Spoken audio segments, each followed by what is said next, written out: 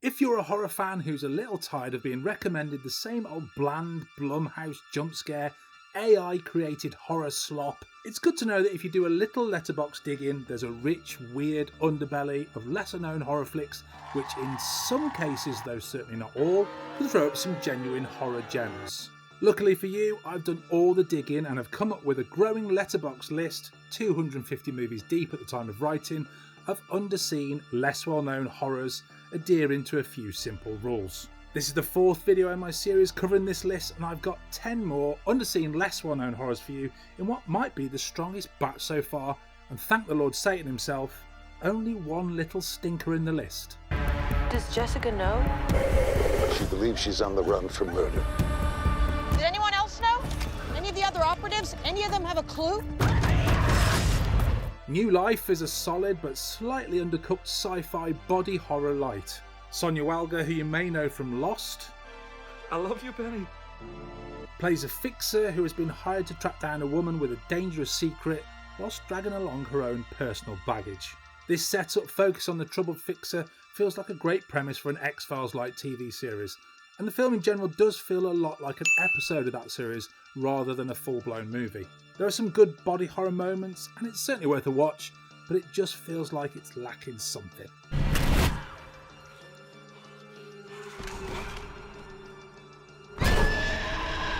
Out of Darkness, which was originally titled The Origin, is a horror set in the Paleolithic era, which is a fantastic and mostly untapped setting, rich with potential, and Out of Darkness mostly takes advantage.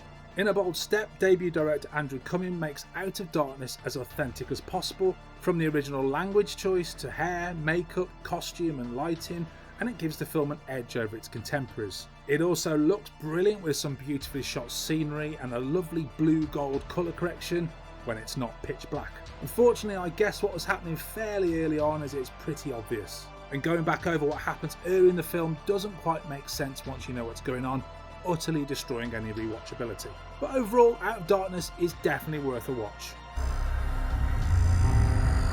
All good? Yeah. Backcountry is a super slow but quite effective survival horror thriller loosely based on a true story of a hiking couple being stalked by a bear. It's well over halfway through the film before you hear the bear, let alone see it, and the film is needlessly padded with filler moments, particularly the near pointless meet-up with the Irish dude. We just walking by, or You invited me up for a chat. Can we please stop with terrible and needless character accents in movies? The cast are otherwise fine, it's relatively well shot, and the simplistic bear scenes are well done considering what looks to be a pretty low budget. Worth a lazy Sunday watch. Get down. Oh, this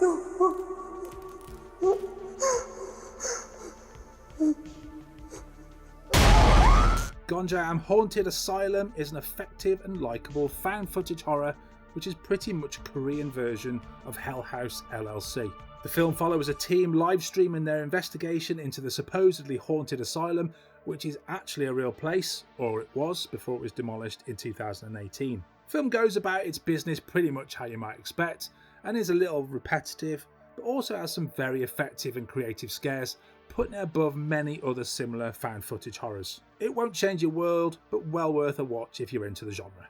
Lorsqu'on l'invoque, elle exige aussi évidemment.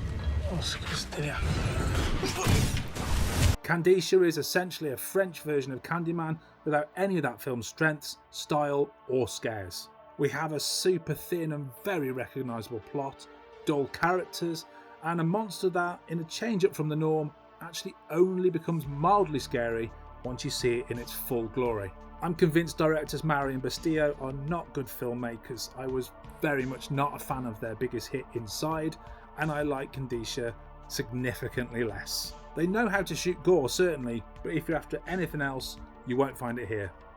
Family is the most important thing in this life. I don't want to hurt you. Daughter is a bit of an odd film. This is very, very low budget and lo-fi. A bit of effort is made to make the film look less low budget, like the clearly fake grain and crackles. Plot-wise, it's a fairly familiar cult kidnap story, and we've seen this all before. Casper Van Dien, I don't think I've seen in anything since Starship Troopers, is surprisingly really good. But one of the other actors from the small cast is sadly awful, and the lack of character depth doesn't help. Mother thinks you'll be here a while. A familiar setup story-wise, and there is a good sense of growing dread, helped massively by a decent score. It's all held together by that good performance and the vibe, but it all falls apart in the last 20 minutes as it just fizzles away with a mega weak ending. Could and should have been a lot more.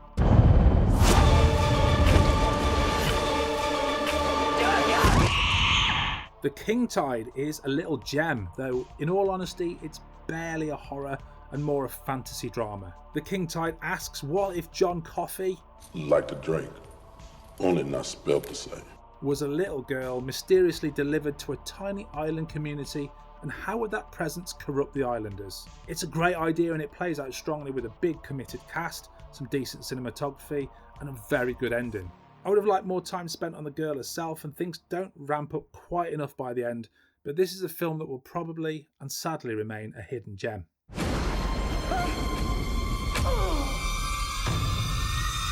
Le Voir de Lac is an absurdist period horror comedy featuring a very unusual antagonist. I don't want to say too much more, as this is one of those extremely weird movie trips you should go into as blind as possible. It's unique, I'll give it that. It has a cinematography style pushing for a classic cinema feel, which is definitely and purposefully at odds with the surrealism of the story. In spite of the absurdity though, the film is sadly a tad dull, which it really oughtn't be considering what happens. Glad I watched it, but can't say it did a great deal for me, but this is the kind of film that some horror fans will love.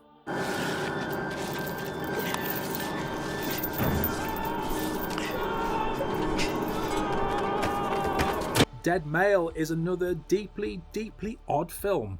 It's almost purposefully dull, but tries to obscure the dullness through quirk and affected indie lo-fi tricks. It almost pulls it off too, and it's an acquired taste which some will love and some will absolutely hate.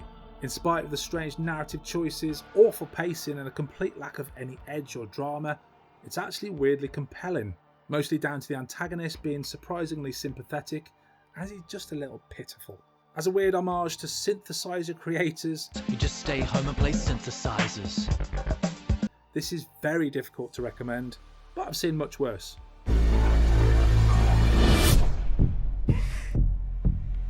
The Ugly Stepsister is a grimy and gross body horror retelling of Cinderella from the viewpoint of one of the so-called ugly stepsisters. It shares themes and grossness with the substance, but here the forced and unpleasant female transformation is a reflection of the time's patriarchy and parading of young girls for the top levels of society. Gross, even before the gore kicks in.